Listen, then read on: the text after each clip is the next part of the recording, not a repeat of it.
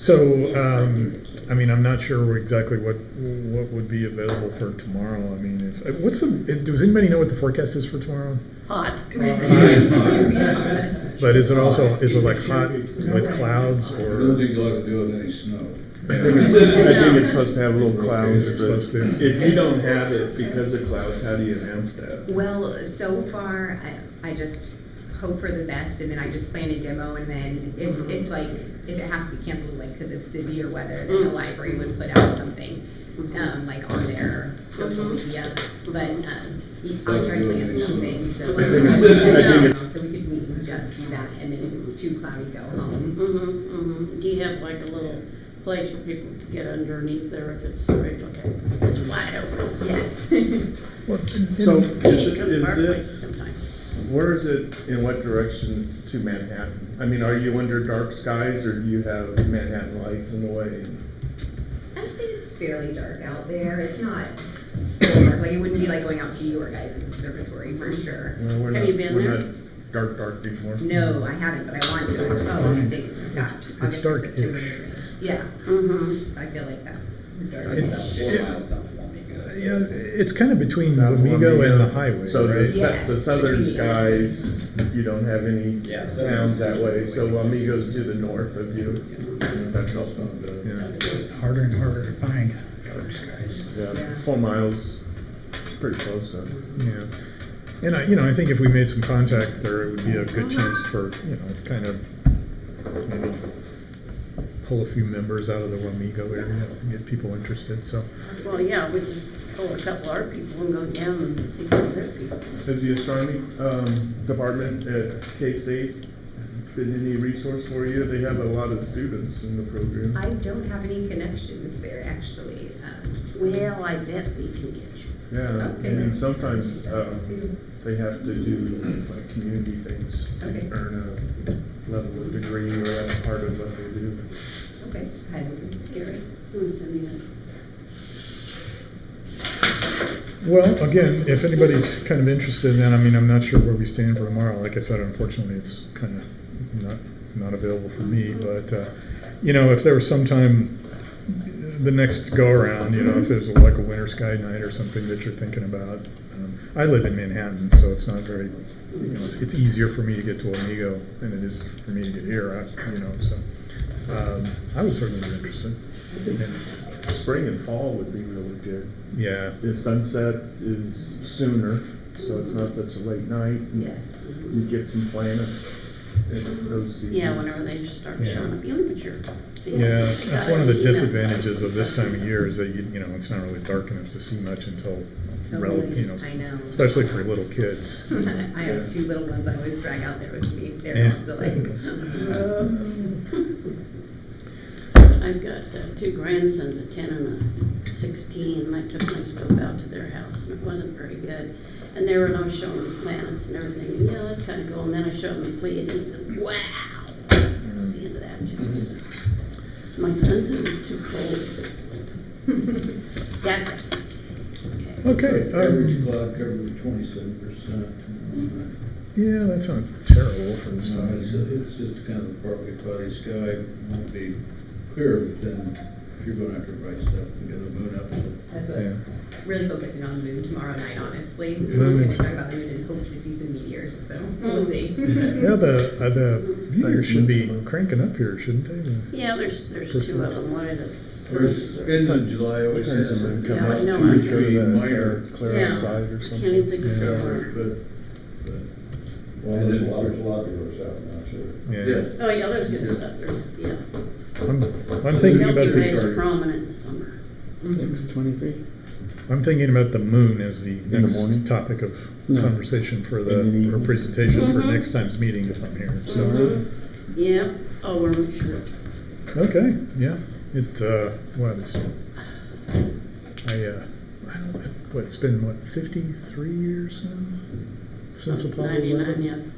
So, yeah. Are there other announcements, other thing anybody wants to bring up? Did we get the air conditioning back, Air working? conditioning's working good. Yeah. yes, we have a Internet's mini not. split out there now, so the mini split actually is kind of a new advanced heat pump essentially, but it's a small one, it's 12,000 BTU, but it been holding really well.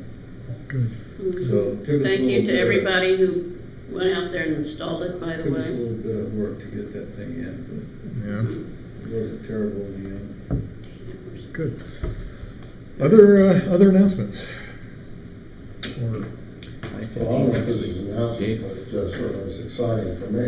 A couple of weeks ago, my grandson came over and he wanted to do some imaging, and we were, clouds were dancing in and out. And about 3 a.m., he said, let's try to get NGC 7331, which I didn't even know what it was, but he did. It's a nice spiral galaxy about 40 million light years away, and it has a group of other galaxies that accompany it. And we took about 60 20-second exposures, and when we stacked them, my golly, we had 2 galaxies in there that were 350 million light years away. well, did you post them anywhere? No, because we're going back after it. Okay. We're gonna- Finish the job? Now that we know that they're there, we know what to do different to bring out some of them. And it was exciting is that there's one that looks like, if you know Bode's galaxy, Mm-hmm. it has the shape of Bode's galaxy, and you can see that little pattern, the tight nucleus and a couple of arms that are coming out, and we're going after that sucker. Cool. Okay. But it really surprised me because my neighbors seemed to be afraid of the dark because they had all their back porch lights on. Yeah. And CCDs do really pretty well with it. oh, they do. And my scope that I was using was a 4.5-inch retractor. But I was really surprised that that was out without using any type of processing to bring it A out. lot of people don't understand that those same galaxies that go over, wherever the mountaintop observatories are, goes over us too. Yep. That's right. We just have a lot more stuff to get to it. Yeah. So anyway, that was an exciting find.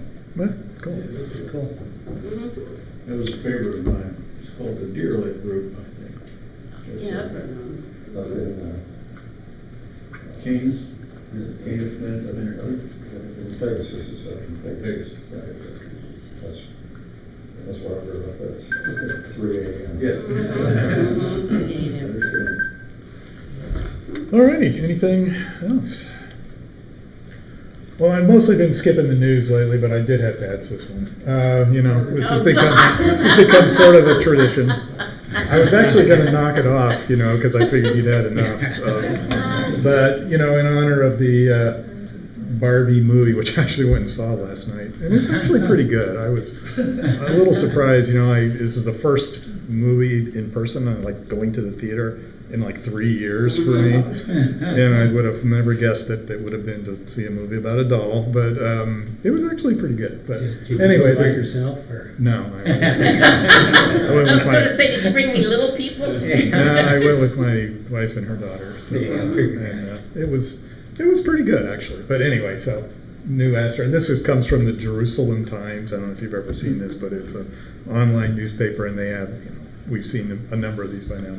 100 Barbie dolls, and this is today. So that's the unusual asteroid size characterization for this particular month. I didn't really include any other news stories. I don't know if I kind of feel like Jan does a pretty good job of keeping the current news out there. I did read one really interesting article though, and apparently this is going to happen sometime in September. They sent a sample return mission to Bennu. Yeah. And it's going to be back, I believe, in September. Silas Rex. Yeah, yeah. And I was reading about the plans to recover this thing. It's going to come down in Utah at the Dugway Proving Grounds, which is kind of one of those top secret, please do not come in here kind of places. But I was really interested in their plan. How to kind of recover this thing, so that'll be pretty interesting. And it'll be pretty interesting to see what they bring back, you know, so, You know, they've had recoveries before, I think it was a comet tail or whatever, and yeah. they broke. You know, they had like a glass vial or something, so hopefully they'll kind of figure out a better way. Well, I think this thing, didn't it actually like sort of punch a hole in the, kind of penetrate through this asteroid? Anyway, it was kind of an interesting article, so maybe we'll talk about that in an upcoming meeting. Why is that one on fire? It's way out of the atmosphere. Well, you know, this is Well, what, yeah, we're yeah. Barbie's up. There you go. this is what you call artistic license. Yes. There you go. Another question that comes into my ex-meteorologist mind is, why do we have a cyclonic storm here, which would be kind of outside the, you know, the belt of kind of place where that sort of thing could actually happen? Yeah. So, Right. but you know, that's what happens when you Artistic license. artistic license. The size of the Yeah. house. Okay. Well, anyway, that was the only thing I was going It's a to. pretty picture. Yeah, it's a nice, you know, nice vivid colors. So. I don't think they got their constellations quite right. I think about 100 Barbie dolls, that's not very big. That's still pretty small, Well, isn't Barbie it? dolls, what about like so? Maybe? Not quite that big. I'm not sure if we were able to get in on that one or not. I think we might. Yeah, that's awful small for even Yeah. picking up something. Are you talking about the I actress question Barbie? OR1. No, this was the, yeah. Or The, the, or the actual Right. Barbie? yeah. No. I think this is the actual doll. Yeah. Anyway, yeah, I think it worked out to be like 30-something meters or They something. they did make her a little taller now. Did they? Well, anyway, so that was, I thought I'd just throw that out there for grades. Okay, Yes. well, constellation. And again, is this, I guess I keep kind of coming back to, are these things interesting to you when we talk about these things? Yep. We want to continue doing this? Yeah. So I thought when I would focus on this was kind of a constellation that's kind of rising, I guess, kind of becoming a little bit more prominent. So this is Sagittarius. It's one of the constellations of the zodiac, you know, which means that it lies along the path through which the planets traverse the night sky. And it has actually kind of an interesting story, as a lot of the constellations do. This is kind of what it's going to look, according to Stellarium, this is what it's going to look like tonight at about 10:22:55. I don't know how exactly I picked that time, but you can kind of see it's going to be in the southern sky. There it is, right there. And I chose the art business here, and it kind of depicts Sagittarius as a centaur, half person, half horse, and as an archer. And that's actually a little bit of the story of Sagittarius. As far as how to find it, this is actually one that, you know, normally for me, and again, people who are expert at this have different ways of doing it. For me, mostly finding constellations or finding objects is like, find something really obvious looking that points to it. This one, you don't actually have to do that, because it has this thing called the teapot, or I think it should actually be called the tea kettle myself, because it's, anyway, the reasons for that are kind of obscure. But anyway, you find this asterism called the teapot or the tea kettle, which you can kind of see, there's the handle and there's the spout. And it's actually just part of the constellation. So if you find the teapot, if you look out there and you see this kind of asterism right here, which to me, the thing that kind of marks it is this sort of, I don't know what shape you would consider that to right there, but that's the thing that kind of marks it. So you look at that and you found it. There it is, right there. And that's it. So this is kind of what it would look like in the night sky. As far as the story behind it goes, this is I think kind of an interesting constellation, because its depiction as a winged, or a partial human, partial horse, goes apparently well back into prehistory. You know, most of the constellations that we see in the night sky are somehow derived from Greek or Roman mythology, right? But probably they were around before that. I mean, the Greeks and the Romans didn't, you know, come up with a lot of this stuff. They were building on earlier traditions also.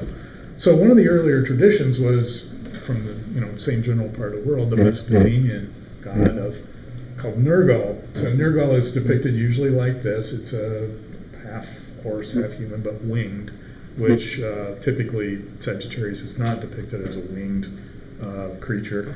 But what makes this guy kind of interesting was he was the god of inflicted death, right? So not accidental death or, death due to natural causes. This is a god of inflicted death. So probably not a god that you would want to, spend a whole lot of time around. Was the ruler of the Mesopotamian underworld, and that doesn't mean, that he was a mob boss. It meant that he was the ruler of the nether regions, basically the ruler of hell, which is probably suiting for a god of inflicted death, and was associated with war, pestilence, and death. So you've got 3 of the 7 horsemen there, I guess. So anyway, this was probably not the most pleasant of all the gods. But what probably is what's interesting to me is that that exact same grouping of stars, which I don't know, I look at that and I just do not see horse person here. It's just okay. I see the teapot. That's fine. It's like a teapot maybe with a little tail or something. But I don't really see horse person here. But apparently this is kind of been passed down through prehistory and into history. So the Greek mythology actually mostly centers on a centaur, a mythical beast named Chiron.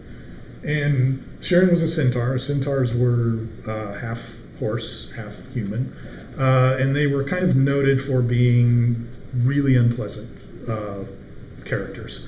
They were, rude, they were warlike, they would drink too much, they were unpleasant. They were kind of like a biker gang, right? So they did not have a good reputation amongst the world. Chiron was different. Chiron was one that was a more enlightened one, and the story of how that kind of came to be is a lot of the mythology behind the constellation of Sagittarius. So what actually happened was, and again, we've kind of touched on this a number of times in these little discussions of mythology, the ancient Greek and later Roman gods were often really poorly behaved, right? They just did not, behave themselves particularly well. And these 2 were no exceptions. This is Kronos. Kronos was actually a Titan. So the Titans were a kind of a previous generation of gods, and Titans gave birth to like Zeus, right? So Zeus was actually the son of Kronos in one branch of the mythology. So he was a Titan. And Philyra was a nymph, and particularly an ocean nymph. And the nymphs were sort of goddesses of various earth processes. And they were not married to each other, familiar story, but they nevertheless got together and had a child, and the child was Chiron. And it was kind of a embarrassment to them because they had, birthed a centaur, one of these characters who was not considered to be a particularly savory kind of thing. So, in the grand tradition of bad parenting amongst the Greek gods, they turned him out. Turns out it worked out well, actually, for Chiron, though, because he ended up being adopted and raised by Apollo, who, in one reading of the myth, at least to me, they might have actually been brothers, right? Or another one is Apollo might have been Zeus's father. Sometimes it's contradictory, and I don't have a whole lot of time to, search through a lot of this stuff. But anyway, they might have been distant relatives in one sense. But Apollo, who was, the god of gods, basically, and his sister Diana, who was goddess of the hunt. So, and they were, by the standards of Greek gods, pretty enlightened characters, right? They raised Chiron and raised him to be educated and benevolent and kind, and he became the wisest and most just among the centaurs, which is probably not a very high bar, but in an absolute sense was rather wise and just as well. So there's a depiction of Chiron tutoring Achilles, right? You can see there's the heel right there. But he became a tutor to, a teacher to a number of these kind of mythological characters. So he was a tutor of Achilles, tutor also of Jason, right? Jason and the Argonauts fame, and a number of others as well, and had a reputation for being educated and being just generally good. So he was he was kind of renowned for that. So his fate, though, was like a lot of unfortunate fates befallen by a lot of these kind of mythological characters. Something kind of bad actually happened to him. It was an accident, though. I should, say from the very beginning it was an accident. And it actually involves a character that we've seen over the last couple meetings, right? Last couple meetings we've talked about things related to Heracles, right, or Hercules, and all the travails and problems that Heracles went through. Well, one of the things that he did, unfortunately, was he accidentally killed Chiron, or at least struck him with a poison arrow, right?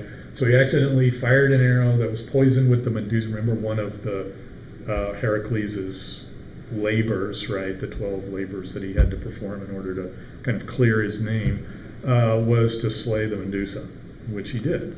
So unfortunately, he fired an arrow that had been poisoned by it and struck Chiron and mortally wounded him.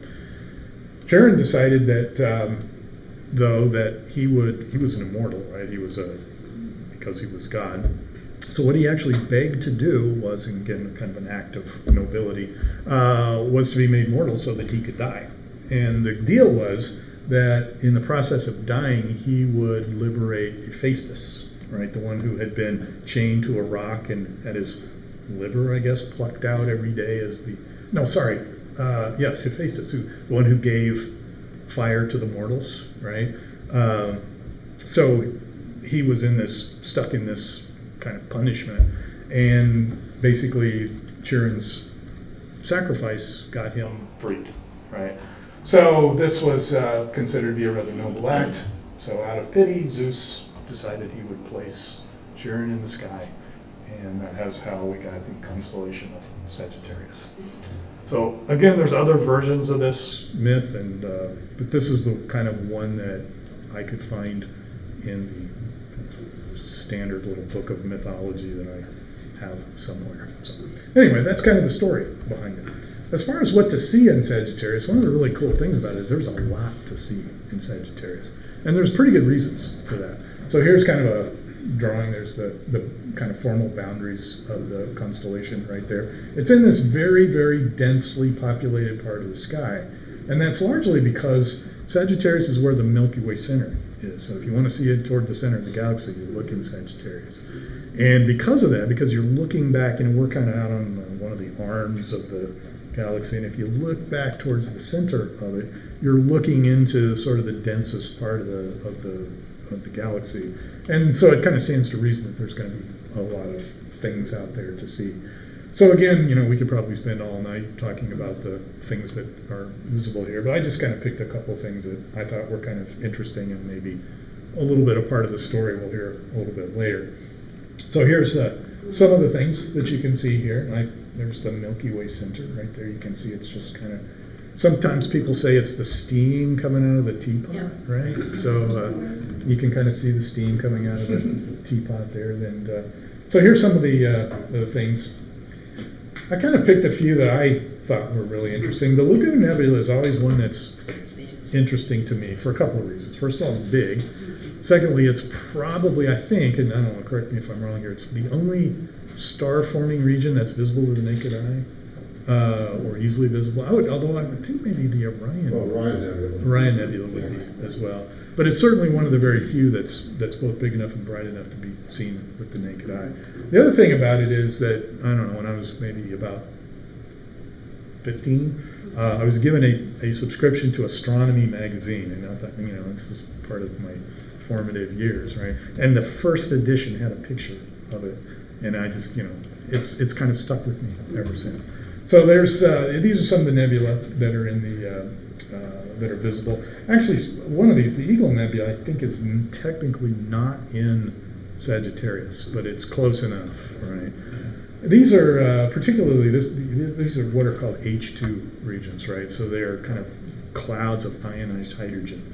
And I kind of included those because here in a minute when we talk about star stuff, one of the things we're going to talk about is hydrogen, right?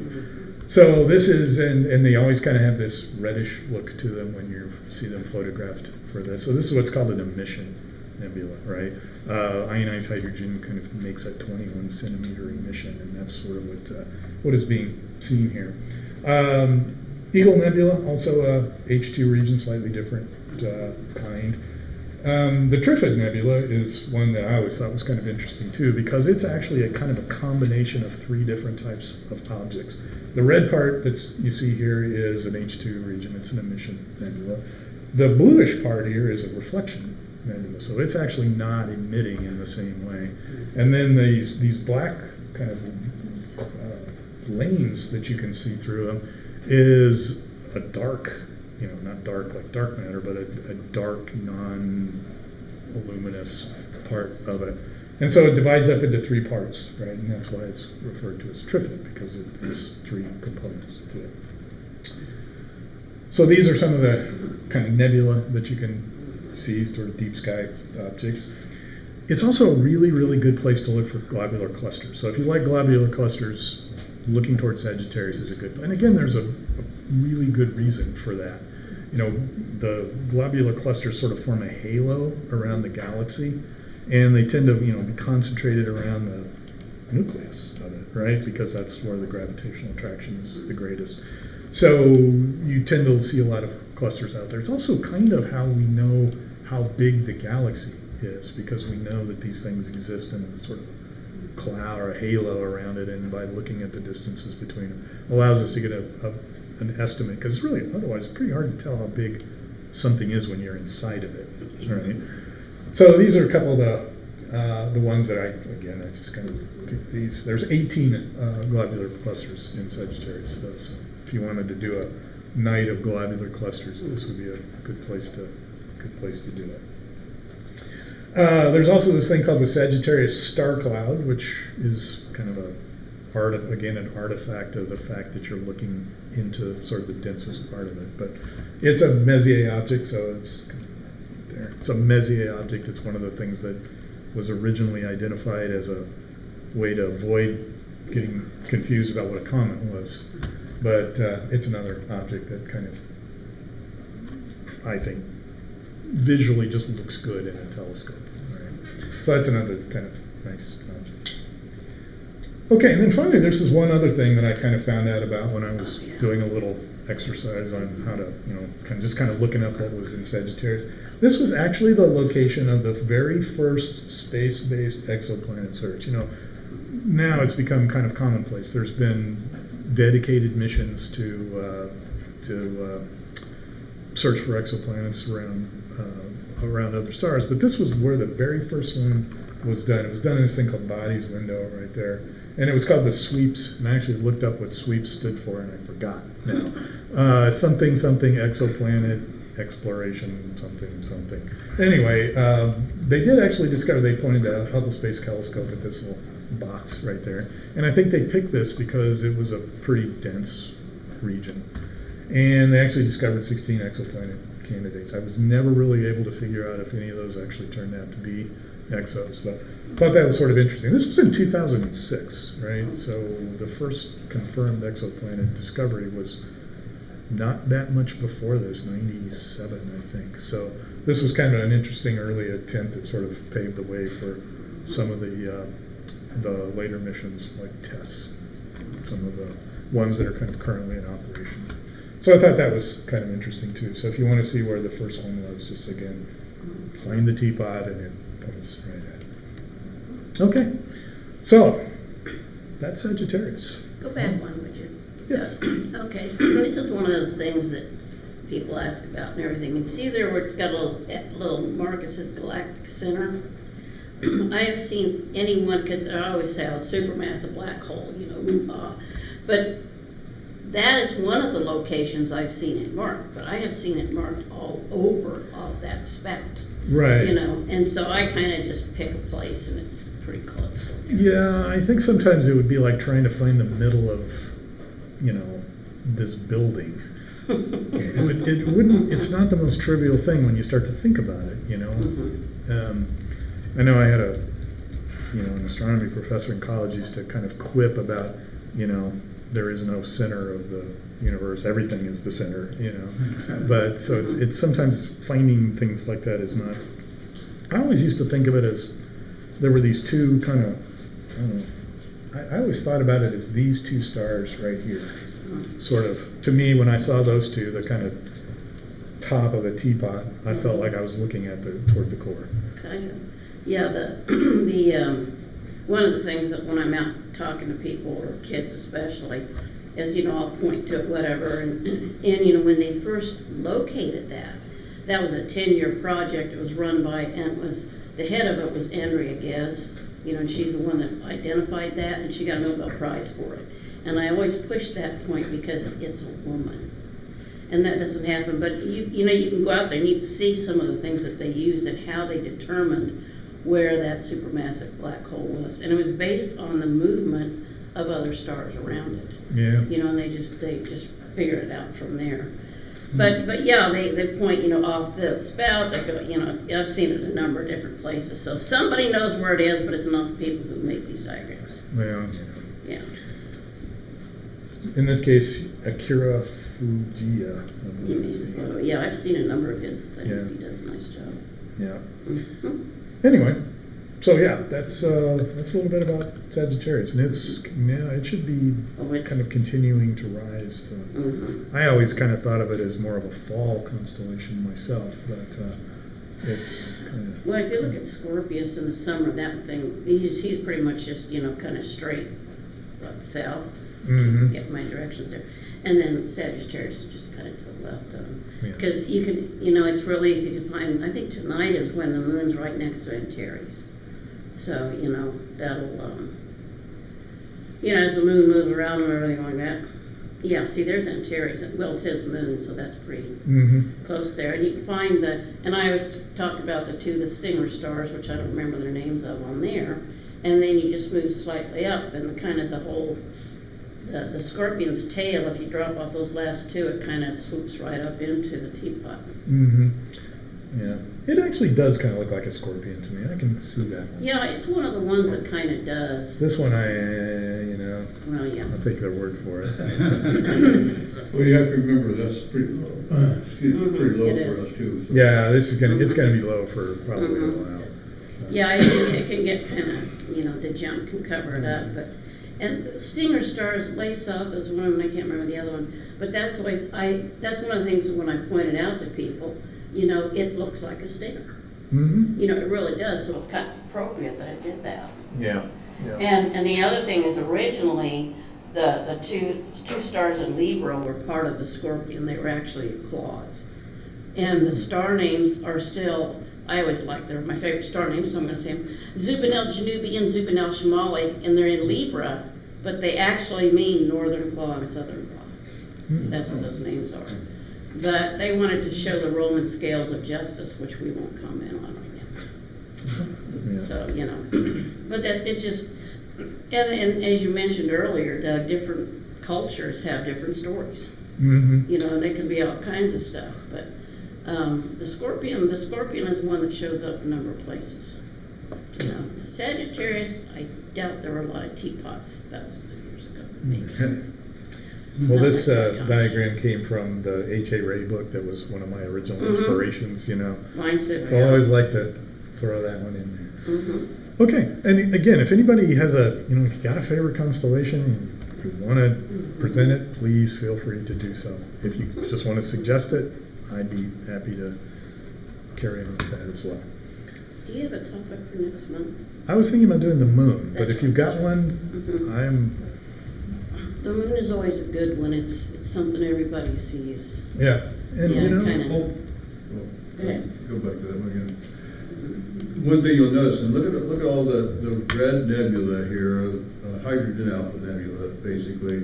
But you look at the lower right, you don't see that very predominant there. Mhm. It's the beauty is in the eye of the beholder, or the guy who's coloring here. Yeah. That's the trouble with presentation of color images, because those aren't very realistic.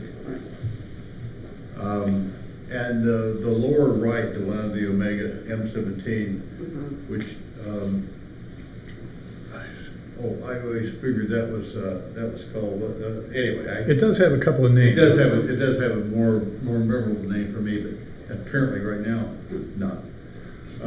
But that's very red in that area, and only has a small amount of any other colors in there, so. So this was done by somebody who wanted to accent the other colors. Mhm. Yeah. So keep in mind, when you look at this, those aren't real. The Yeah, colors true. are, the colors are kind of put in. Yeah, Yeah. put it in there. That's always something you feel like you need to warn people about when Yeah. you first show them something through the telescope, is it's not gonna look like it looks in these posters by the Right. planetarium, you Yeah. know? Well, the other thing too, the Eagle Nebula, that's where they took that famous picture about the Pillars of Pillars Creation. of creation, Yeah, Yeah, Yeah, it's- it's be right there in the center. Yeah. It's an active star forming and region. there's that, well, in the center, there's that little, kind of looks like some people call it a bird, the little, yeah, that thing. Oh, Kind of looks yeah. like a bird in flight. I always thought that was the eagle.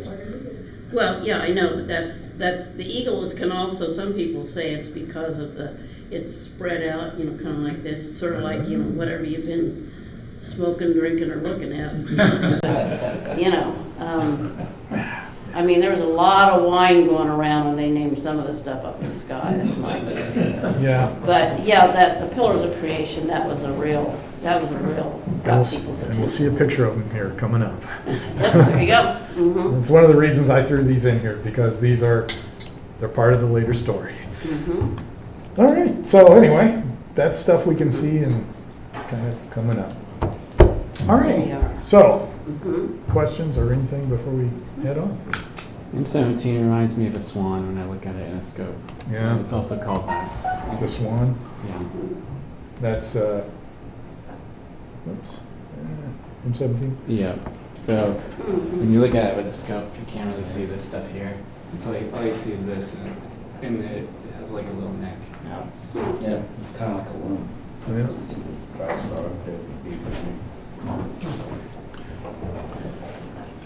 All right, so anyway, my inspiration, it's actually I saw this picture not too long ago, this little diagram, which we'll see a number of times here as we go along, and it kind of made me think of, you know, where we come from in the most basic sense, you know, where did all of our atoms form and all that. And it sort of put me in mind of this famous quote that I'm sure you've heard many, many times, by Carl Sagan, we are all made of star stuff. And so I thought that would make a good topic. So anyway, here we go. So when I started thinking more about this, you know, it's kind of a poetic thing to say, right? We're made of star stuff. What do they mean by that? And that's really kind of what I wanted to talk a little bit about tonight, is, at least from my perspective, what does it mean to be star stuff? And I guess the first question that I kind of come up with is, what do we mean by stuff, right? Stuff is a fairly non-specific word. And so it turns out that when we think about us, right, we think about what you're made out of on a kind of atomic level, stuff has a pretty specific meaning. And you kind of got to get to that. So I thought the first step in deciding what it is to be stuff is to kind of define stuff. So when we think about stuff, what we're really thinking about is kind of atoms, right, or elements. So that's really what the focus is going to be here tonight. Is I'm going to concentrate on 4 elements. I only picked those 4 because of this little picture I'm going to show you here. They're actually not the only elements that living things are made out of. I don't know, I took a biology class in college and we learned this little mnemonic device, C. Hopkins Cafe, Mighty Good Salt, which tells you what gives you the chemical elements, or the chemical elements that make up most living things, right? So I figured we didn't have enough time to go through that many, so I'm going to concentrate on 4 of them. But when you think about what an element is, you kind of have to sort of define your terms a little bit. So if you start thinking about what matter is actually made out of, right? And this is, I think, still not an entirely settled question, but it turns out that, there's a lot of, atoms are not elemental, really. They're elements, but they're not the smallest units of matter, really. So neutrons and protons, which make up the core of an atom, are made out of these things called quarks, which I have never understood really what they are, except I know that there's ups and downs, and 2 downs and an up is one thing, and 2 ups and a down is another thing, and so on. But it's all part of this thing called quantum chromodynamics, which was where I sort of lost the thread on physics, basically.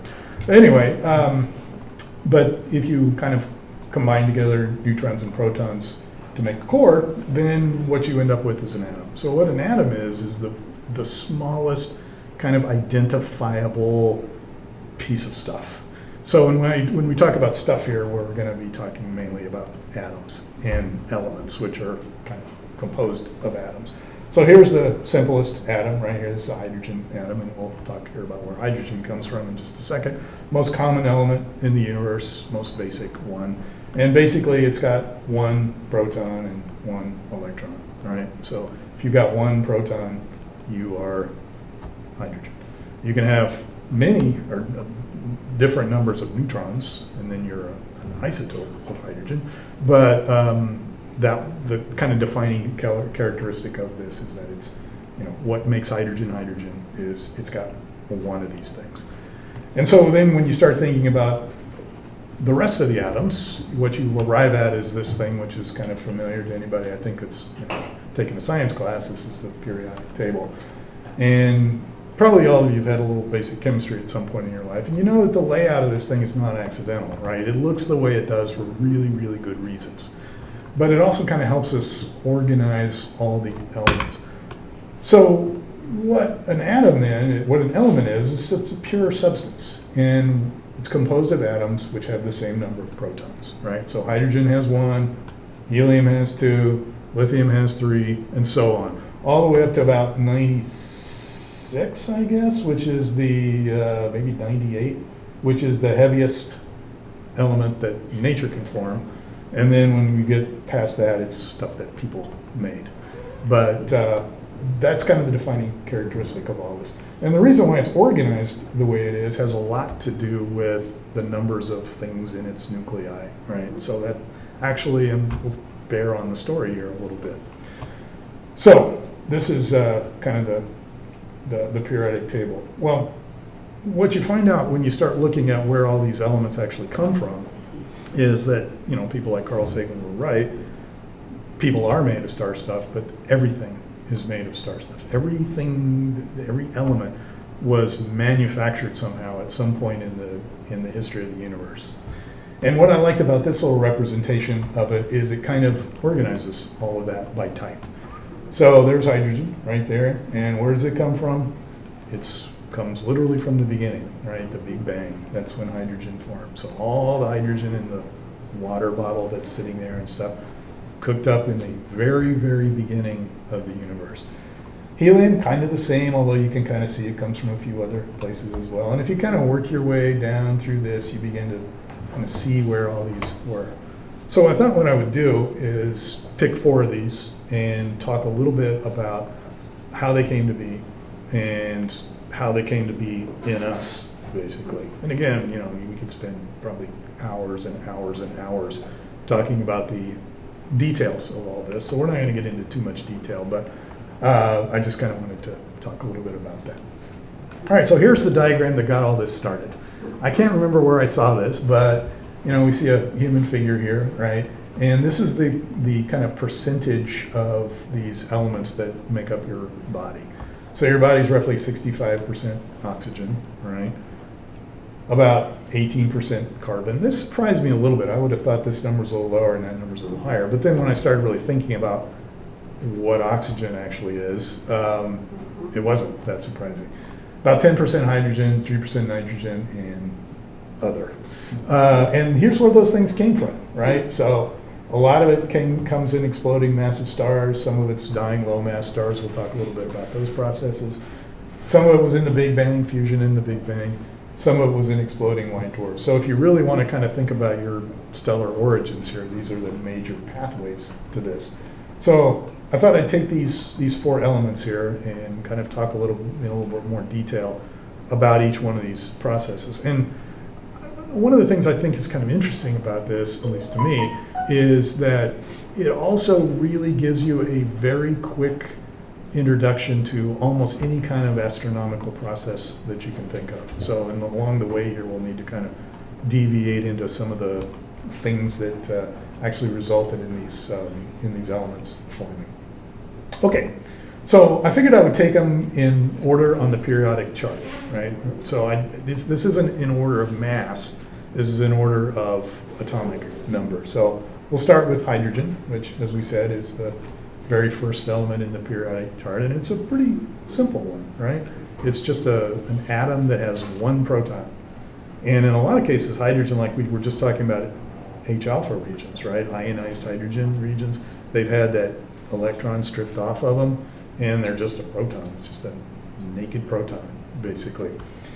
It's number one, and it is formed kind of, as I said, right at the beginning. So in a way, hydrogen is pre-star stuff. At the time most hydrogen was being formed, there were no stars yet. In fact, there was really nothing yet except elementary subatomic particles, right? So if you look back in history, and again, this is like things that makes me a little nervous to talk about because this is far outside of my area of expertise. But we go back to right around in here somewhere, right? The universe was about 10 to the minus 34 seconds, which is an unimaginably short amount of time. But it went through this thing called the inflationary epoch. It expanded at this enormous rate through that period of time. Notice the temperatures that we're looking at here, 10 to the 27th degrees. So extremely high temperature, too high for anything, any of these baryonic matter, any of these particles like neutrons and protons and all that to actually form.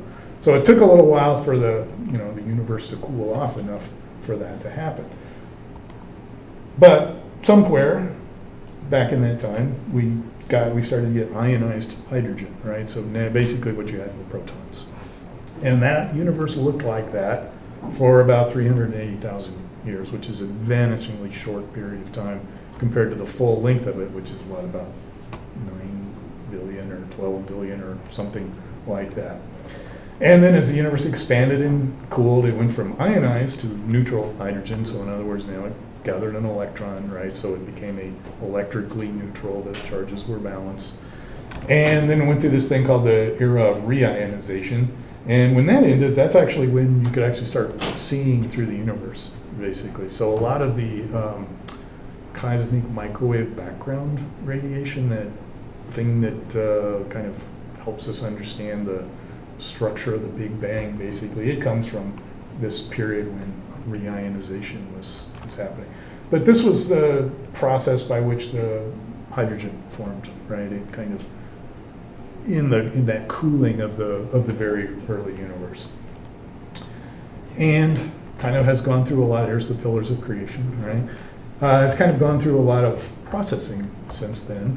But how the kind of free hydrogen became hydrogen that formed into the sorts of matter that became us probably happened in these kind of molecular clouds, right? These things that you can, similar to what you can still see now. So if you look at some of those things like we looked at earlier in the presentation, that's where a lot of this stuff is continuing on.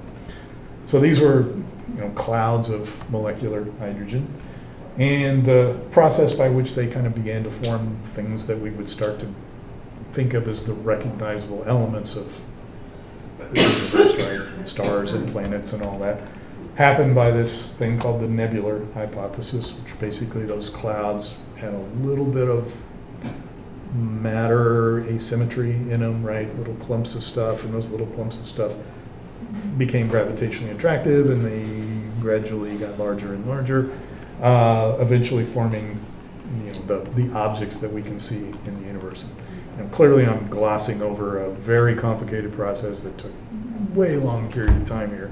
But this was kind of the key element, or kind of one of the key steps in becoming us, right? Becoming living things like we are. So how does the hydrogen actually get into your body? And this was something that surprised me a little bit, to be honest with you. But the two major routes that get into are water, right? Because human body is, over 50% of the mass is water, I think. So it's a pretty major component. That didn't surprise me quite as much. What did surprise me a little bit more is the second major route that hydrogen gets into your body is through consumption of carbohydrates, right? I mean, if you think about, maybe it's not so surprising when you think about that name, right? Carbohydrate, right? Okay. Anyway, so these are kind of the major route by which hydrogen gets into your body. So, I mean, I've always been kind of struck by the fact that the water that, makes up most of you, some of that water, although it's not entirely agreed on, but a large part of that water probably is not only older than the Earth, it's older than the sun. And the hydrogen in it is billions of years old. So, next time you drink a glass of water, think about that. There's billions of years of stuff in there. So this is the route that hydrogen gets into the human body. So in a way, hydrogen is kind of pre-star stuff, right? This didn't take any stars to form. It just required that cooling process and that kind of ionization process. So how did hydrogen get into the Earth? Well, that's another kind of thing that I was surprised to find out is not as settled a thing as we might have originally thought. But if you go back to this process of, nebular hypothesis and objects kind of forming through accretion, right? Little things running into each other and getting bigger and bigger and bigger. Eventually one thing gets big enough that it becomes a star, right? It starts getting enough mass and enough temperature to start fusing hydrogen, and then it becomes a star. But all these other little blobs out here, including the little blob that we live on, are just kind of gathered pieces of stuff that kind of attracted through gravity.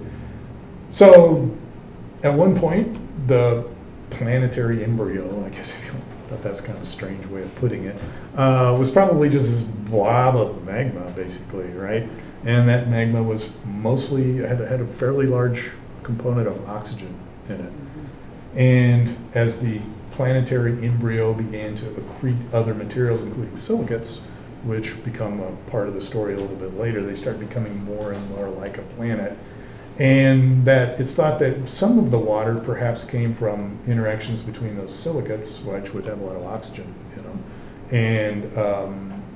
and the hydrogen that was present in the kind of proto-cloud.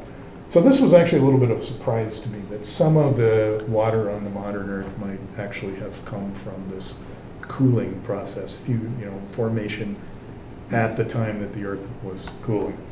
When I was in school, which seems like a long time ago now, we were taught that this is where the water came from, right? That it came from bombardment by comets and other objects that had a lot of liquid water in them. I don't really know. Does anybody know what the current thinking on this is? Never made sense to me. Which one never made sense? That much water would come from objects. Yeah. Well, Gene Shoemaker, right, the namesake of the Shoemaker grant, calculated once how much water would have arrived on Earth from cometary impacts, and it was too much. It was more than what is actually present, and he was kind of, I think, a little disturbed by that, at the rate that comet bombardment was happening at various times, might have actually been too much water. But I think that's been evaluated, that there's been a lot of loss through just atmosphere, so while that was thought of at one time, then now the more current thinking is probably that we did have that much, and we shrunk down a little bit from where we were. Yeah, I know that's actually how it's thought that Mars lost its water. Didn't have enough gravitational attraction to hold it, right? So there's this thing called Jane's escape, where molecules can leave the planet without permission, basically. But anyway, this was another kind of hypothesis about how all the water kind of actually got here. All right, so that's the story of hydrogen. Next one on the list is carbon. And carbon is, I don't know, if I had to pick my favorite elements, potassium would be one of them, but carbon may be the other one because it can do such interesting things. And it's the next one on the list. Carbon is number 6, right? Which means that it has 6 protons in its nucleus. There's actually several different isotopes of carbon. There's carbon-12, carbon-13, carbon-14. Carbon-12 and carbon-13 are stable. Carbon-14 is not. It decays radiatively. one of the ways we know that a lot of the carbon dioxide in our atmosphere is actually coming from burning stuff is which of these isotopes of carbon actually end up in the atmosphere.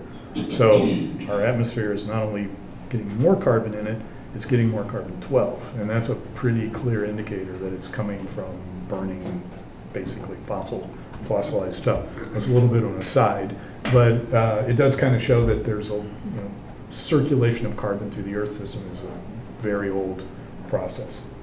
So anyway, if we look at what the origin of carbon is, this is when we start getting into stars. So here we start getting into stuff that we could think of as being synthesized in stars.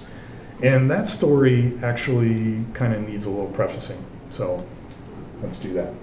So anyway, if we look at how much carbon is, about 18% of your body is carbon, kind of in surprising forms, I found out. But how did we get that carbon? Well, this is where you get into the kind of star processes that take place in stars and why they have to take place in stars. So this is where we get into the whole star stuff thing. It also involves one of the most, I think, elegant and stunning achievements in human science. And that's the understanding of this thing called nucleosynthesis, right? So nucleosynthesis is the process by which the nuclei of atoms get built up. And they get built up through fusion processes.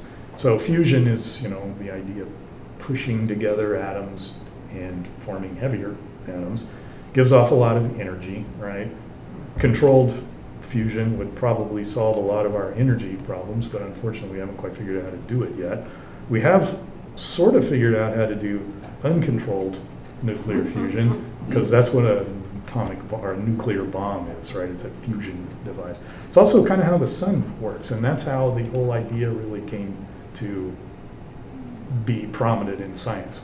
For the longest time, no one could ever really figure out why the sun was as hot as it was. What was its source of fuel? And no kind of no burning, conventional combustion was ever really hot enough to explain how hot the sun actually is. So back in the early 1900s, astronomers sort of set out to kind of solve this problem. And the one that made the most progress, kind of the one that would be considered sort of the father of the idea of nucleosynthesis, was Sir Arthur Eddington. And what he figured out was that you could fuse together hydrogen to make helium, and in the process you gave off a lot of energy, right? It produced enough energy. So that's the basic idea behind nuclear fusion. This whole process that he came up with is referred to as the PP chain, which is one of those things that gets a lot of snickers when it's introduced in class, right? But really, basically, what it is you take, a group, two hydrogens, basically. You got two groups of two, squeeze them together under intense heat and pressure. So this has to happen down in the core of stars, and you get energetic particles and you get helium. So you get gamma rays, you get neutrinos, and you get helium. One of the ways, by the way, that we know that this actually happens, that the observational evidence that this is actually working, comes from the detection of neutrinos, which are very, very hard to detect. They're these little subatomic particles that interact almost with nothing. So the way neutrinos were first detected was by building massive, massive tanks of cleaning fluid.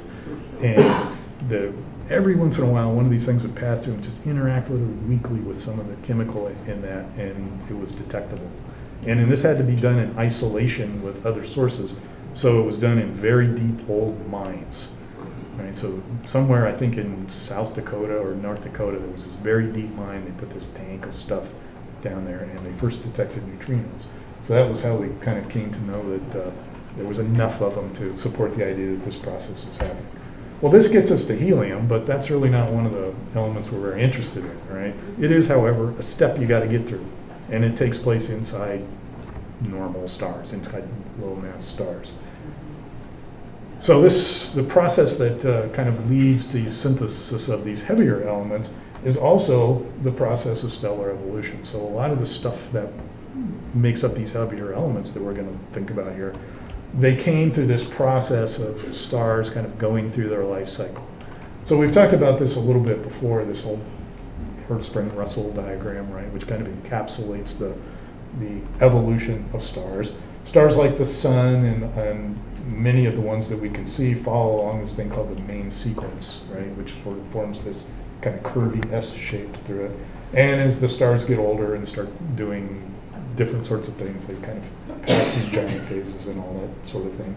But largely what kind of marks the progression of a star along the main sequence is what it's burning or what it's fusing.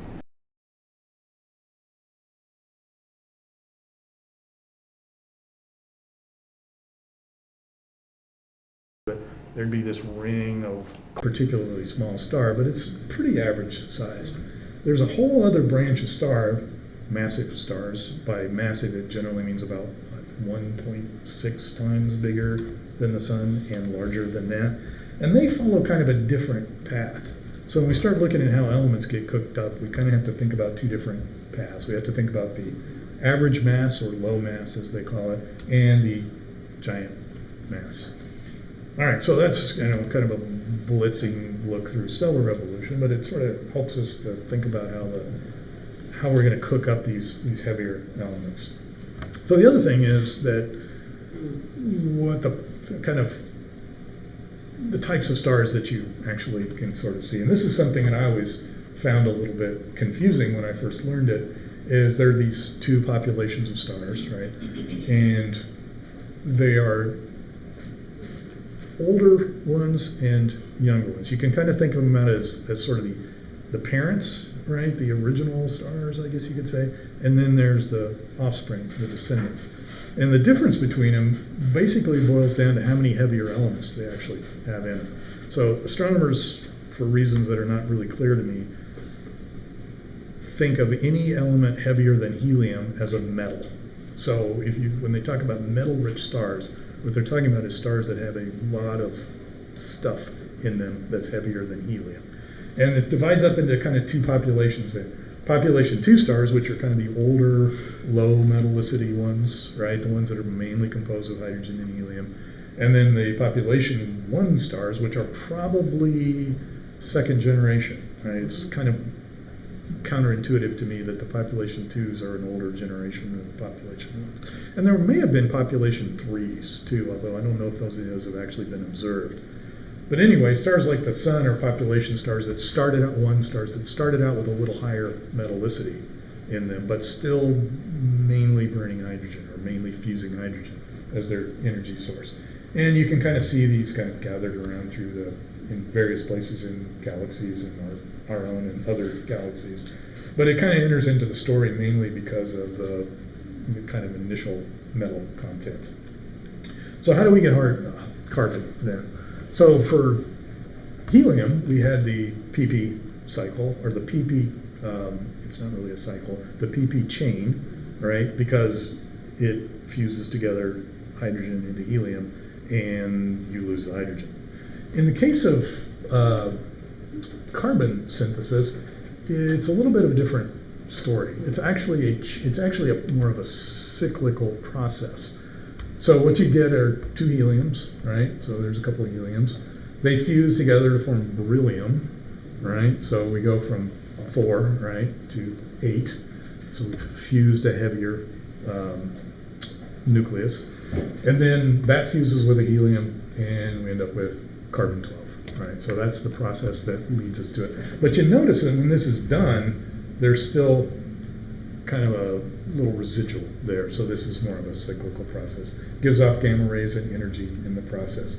So this is called the triple alpha process. And the reason for that is that an ionized helium nucleus is called an alpha particle, right? So I don't know, did you ever do the experiment in high school, perhaps, where you make a cloud chamber and then you put a source of alpha particles? Anybody ever do this one? You can see the little trails go through the cloud chamber. Those are probably alpha particles. They're helium that's been kind of accelerated through. Nobody ever did that one? That was such a cool one, I thought. Anyway, so that's the process by which. What high schools you go to? Estes Park, huh? Yeah, not exactly. Well, I think I remember doing that one in college too. Oh. Anyway, this is the actual process by which. So again, I kind of had to deviate through hydrogen a little bit, hydrogen and helium a little bit, to get us to carbon. So this is the process by which carbon would form, and it can still form in average stars, right? So again, if you look at a star like the sun, it probably has some carbon in it. In fact, it definitely has some carbon. You look at the spectrum of the sun, you see the features associated with carbon in it. So carbon is definitely in a star like the sun. So if you kind of look at if you could sort of slice your way through a star, basically, right? There's the fusion processes are all taking place down in the core, right, where it's the hottest. I mean, surface of the sun, or the radiative surface of the sun, pretty hot, about 6,000 degrees. Core of the sun, millions of degrees. And think about the pressure too. It's this massive object, right? All that gravity and all that heat is what it takes to create that. That's the reason why doing fusion has turned out to be technically such a hard thing. It has to be done at extremely high temperatures and extremely high pressures, and it's just hard to do that. It's technologically very difficult to do that.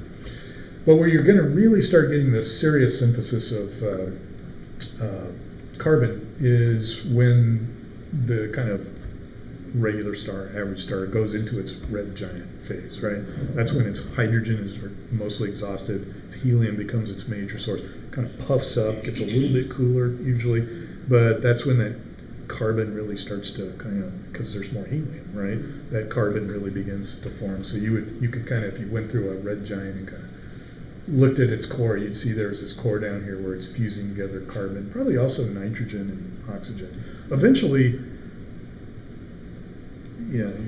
you're going to get to some of these heavier elements as well, but that's where the carbon. So eventually then, this red giant star is going to die, right? It's going to start puffing out bits of its matter, and that's what forms a planetary nebula, right? So planetary nebula are, I think, some of the most strikingly beautiful things in the sky. But what they are is the shell of an old star that got puffed out as the star goes through this death knell, basically does this helium flashes and starts pushing out all that material. So that's how the carbon actually then gets out into the cosmos, right, in the form of these planetary nebulas.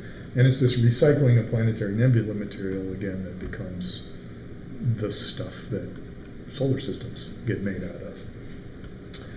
So that's what this picture is supposed to kind of show. Again, this kind of represents a proto-solar system, right? This is an accretion disk right here. You can see there's not any major planets here yet. There is a star now, so we've got stellar fusion taking place there. But all this stuff around here would include a lot of material that's carbon rich.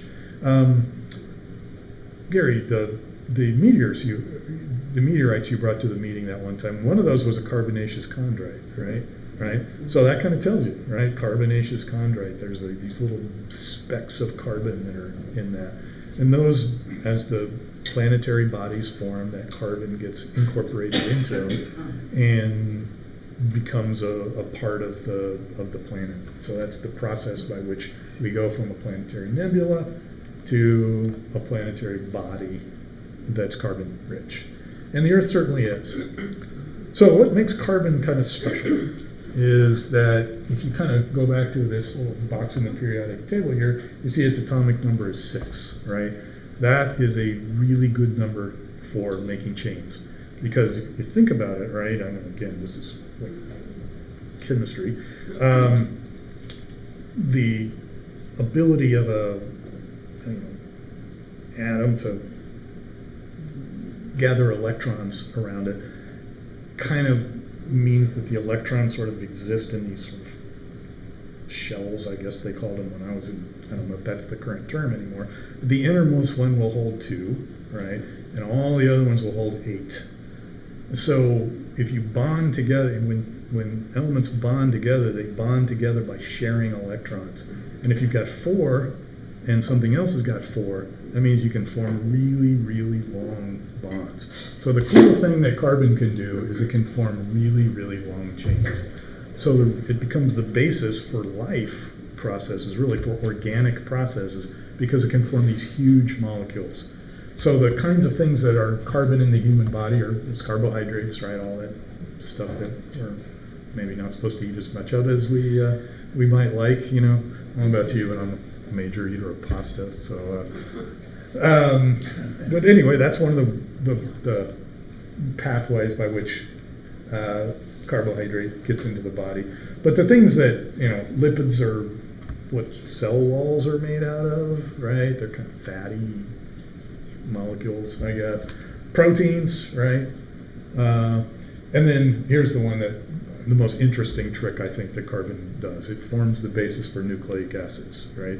So all those nucleic acids that carry all of our genetic material, they are all basically formed on long chains of carbon. So all those instructions for how to make a U are contained on a molecule that is basically formed out of carbon. So I don't know, to me this is just an absolutely mind-blowing idea, right? That, you know, any living things that or the genetic material, the code for how to make a person or how to make a cat or how to make a, you know, anything is a long molecule of carbon. So anyway, so that's the kind of role of carbon in the human body. Oh, yeah. All right, so next up on the list is nitrogen. And if we look at what its formation is, if we look at its little color coding here, right? Again, we're in dying low mass stars. So basically a similar idea to what resulted in how we got carbon, right? So if we look at about 3% of the body's nitrogen, that's lower than any of these others, but important in many number of ways. Nitrogen synthesis happens by a slightly different process. We had the PP cycle, right? We had the triple alpha cycle. Now we had the triple alpha process. Now we got the CNO cycle, which really is a cycle, right? It kind of works cyclically. Basically, it's catalyzed by carbon-12 and requires oxygen. And I don't know, we can kind of go through all this basically, but what happens is you get intermediate stages. There's nitrogen right there, right? Element number 7. This has to happen in the later stages of higher mass, or mostly happens in the later stages of higher mass, higher temperature stars. So probably somewhere about 1.5 solar masses before this process can really happen effectively. So if we look at the kind of comparison of how these processes actually happen, this is kind of the core temperatures at which these things can happen. So this is the PP chain. You can see it can happen at core temperatures that are relatively low. I mean, it's hard to think of 5 million degrees as relatively low, but it can happen. The PP1, or the CNO process has to happen with core temperatures that are probably 5 or 6 or 10 times higher than that. So you can see that the sun, excuse me, would lie right around in here somewhere, right? So it's more effectively on the PP chain than it is on the CNO cycle, although some CNO cycling does take place in the sun. But you hit the crossover at about 18 million degrees, which would associate it with a star with a mass about 1.5 times bigger than the sun. So you get out here somewhere, you're into stars that can more effectively make nitrogen, which also kind of suggests something, right? If that cloud of stuff that eventually condensed into the Earth and us had a lot of nitrogen in it, that probably suggests that there's more than one parent body out there, right? We're not all just from the same planetary nebula or the same supernova remnant. There are all kinds of stuff mixed together to make this. So again, we're talking now larger stars, supergiant stars. So here's what they would look like if you went back, and you can see they're burning a number of stuff, making heavier elements.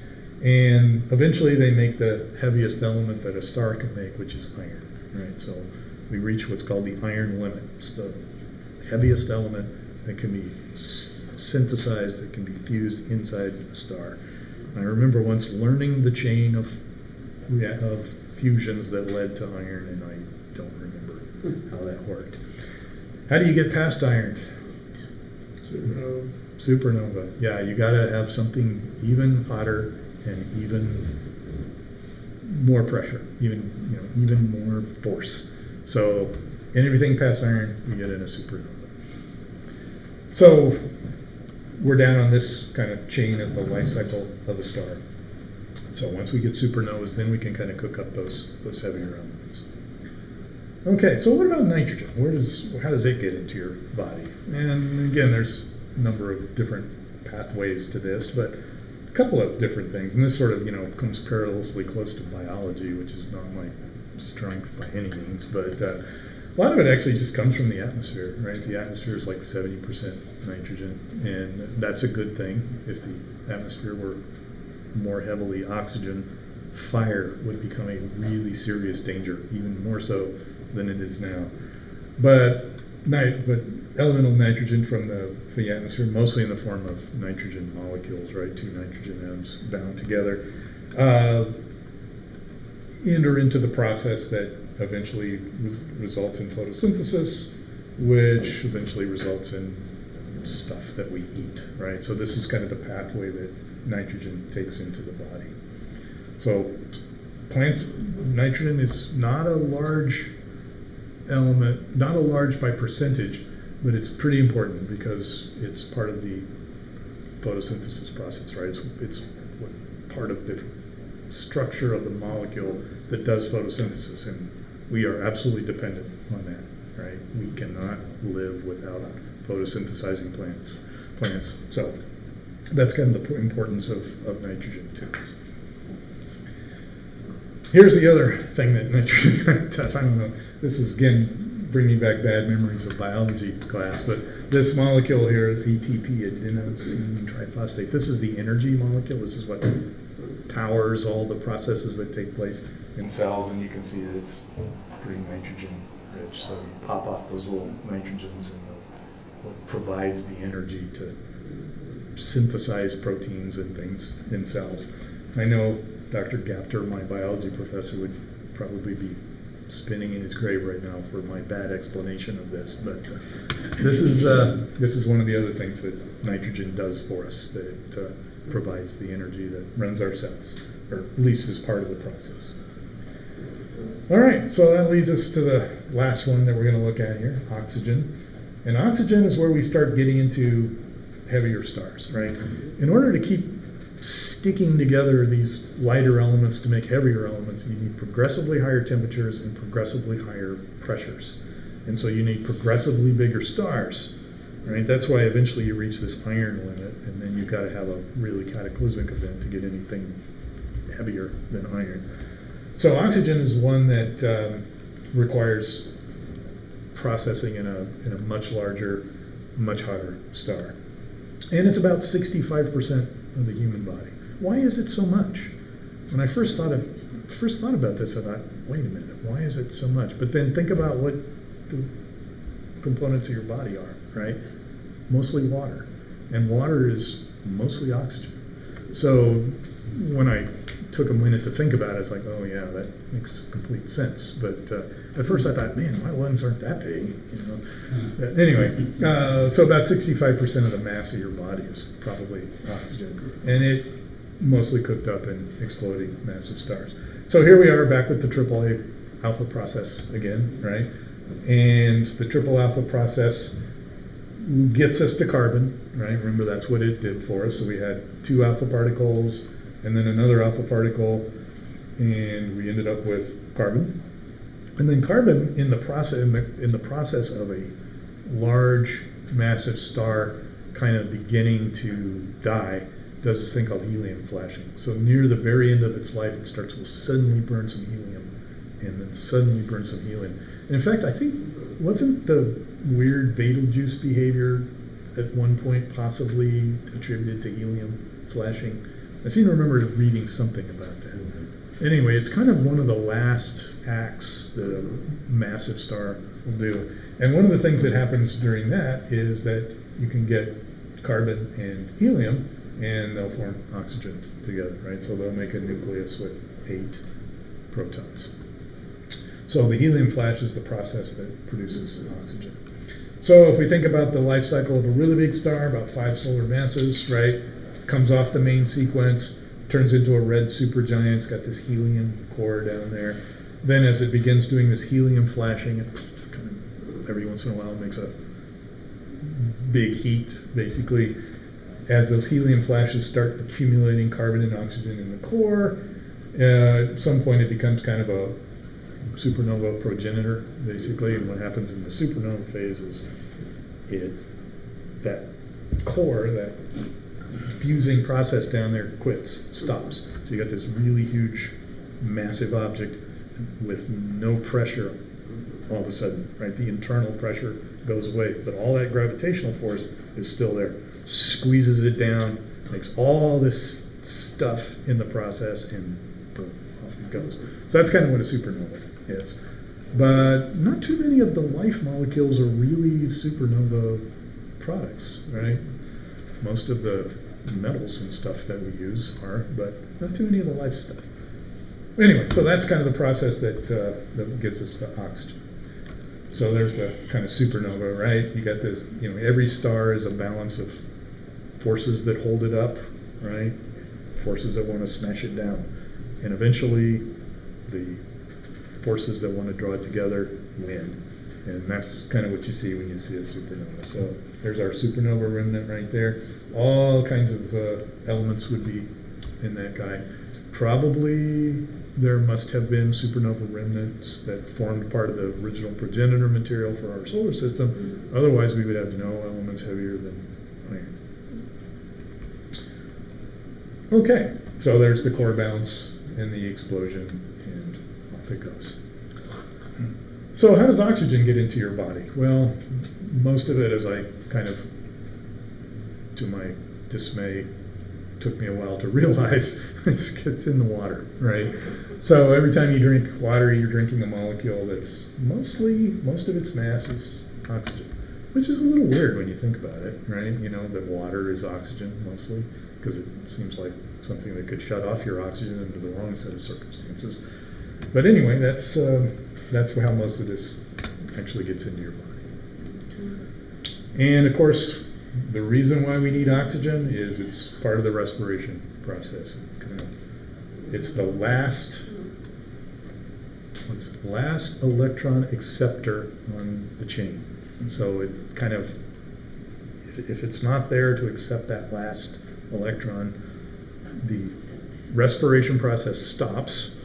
And in the case of an organism like us, that means we have a pretty serious problem on our hands. So anyway, that's what oxygen does. That's right, isn't it? I'm remembering so much old biology here. Anyway, so that's the role of oxygen. All right. So how water got to Earth? We kind of talked about this a little bit already. Still not, I think, completely settled question, but could have come from a couple of different sources. All right, so what happens at the end of all of this, right? This is the other thing that I find kind of maybe morbidly fascinating about all this is, we are all, as Carl Sagan said, made of star stuff or pre-star stuff. That's kind of cool, right? It sort of makes you feel like, hey, I'm part of a much larger thing. The downside of that is that eventually you're going to become back to that, right? All of the stuff that's making us up eventually is going to make up something else, right? So that process, probably not quite as pleasant to think about, but probably what will happen in that case is, sooner or later our star will expand into a red giant, right? There's a possibility that it actually will swallow the Earth. It'll be contained inside of it. It could actually be enough to swallow Mars, too. All of this will get melted, right? All this stuff that get returned to its elemental form. Eventually it'll get puffed back into another planetary nebula, and somewhere perhaps billions of years in the future, other people will be talking about their star stuff. And that'll By be that us. time, we'll have interstellar travel and we'll be on other planets far, far away. Yeah. And we'll go mess up another one. Yeah. I don't know. I have deep skepticism about that, but I try not to, Anyway. I like So that's it. So you are star stuff and pre-star stuff, and you will be again. Ah, yes. All right, well, that's it. Ooh, my head hurts a little bit right now.